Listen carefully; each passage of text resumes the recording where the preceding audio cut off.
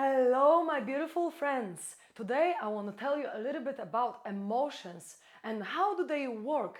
Why do we get emotional when someone triggers us? My name is Carolina and I am the Connection Catalyst.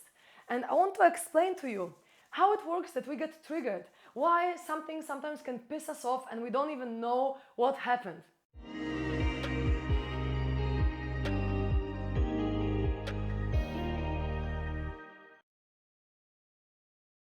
So, in our body, we actually store emotions since our childhood. Up to year around 7 or 10, we are actually programmed with all the emotions, all the perspectives, all the beliefs of people that are around us, of our caregivers, of our teachers, of everyone who is around us. Because children don't really learn how to be human, from books. They just observe, they just absorb like a sponge. And therefore, in traumatic events, our emotions might have been suppressed because as kids, we don't really know how to deal with our emotions. So we suppress everything inside. And what happens in our body when we suppress something, for example, when we have trouble with our best friend because they stopped talking to us, we're gonna feel sadness, grief, and we're gonna be emotional, right? So here I symbolically drew the chakra system: root chakra, sacral chakra, solar plexus chakra, heart chakra, throat chakra, third eye chakra, and crown chakra. If you don't know about chakras, you can check my other videos about it. I have posted about each chakra separately, so check it out. And so if we have some kind of emotion of grief and sadness because of our friend in kindergarten or in primary school, then we might suppress all this grief and sadness on our heart. And it becomes like a just suppressed bubble of energy, you might call it, or maybe not bubble, just suppressed energy in our heart chakra. And so because we don't know how to deal with it as a kid, we just leave it there. We don't actually deal with it. We don't express it all. Sometimes we do, but most of the time we actually just suppress whatever is happening, whatever negative feeling we are feeling.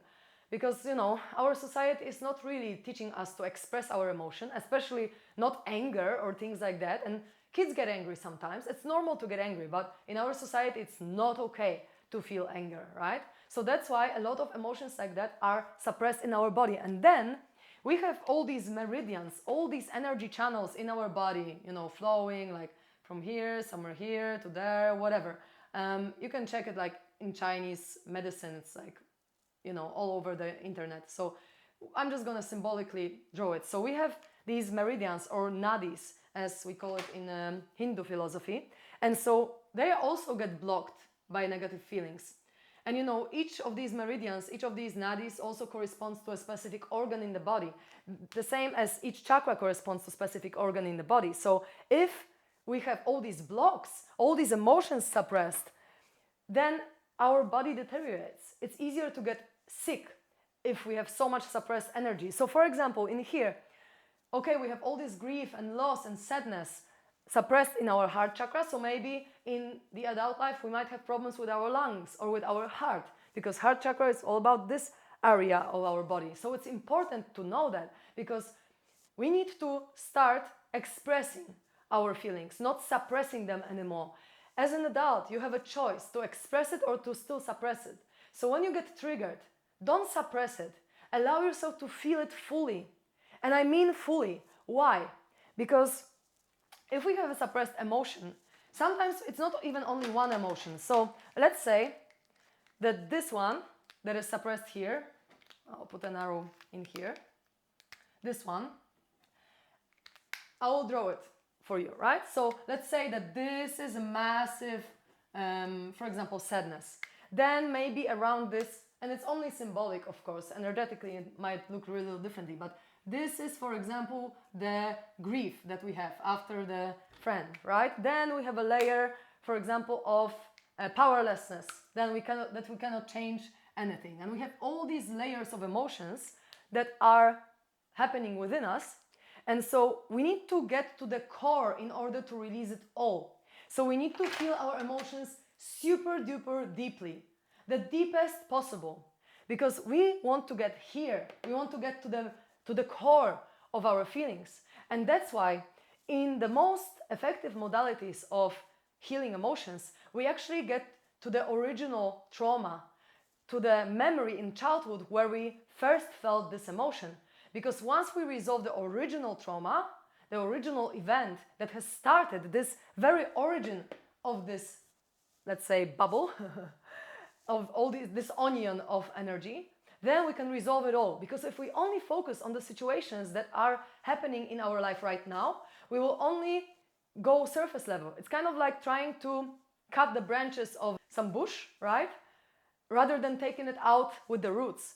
So we need to get to the original memory in our childhood and then feel it as deeply as we possibly can, all of it, kind of like relive it, in order to express everything that was suppressed and get to the root, get to the middle, get to the bottom of it.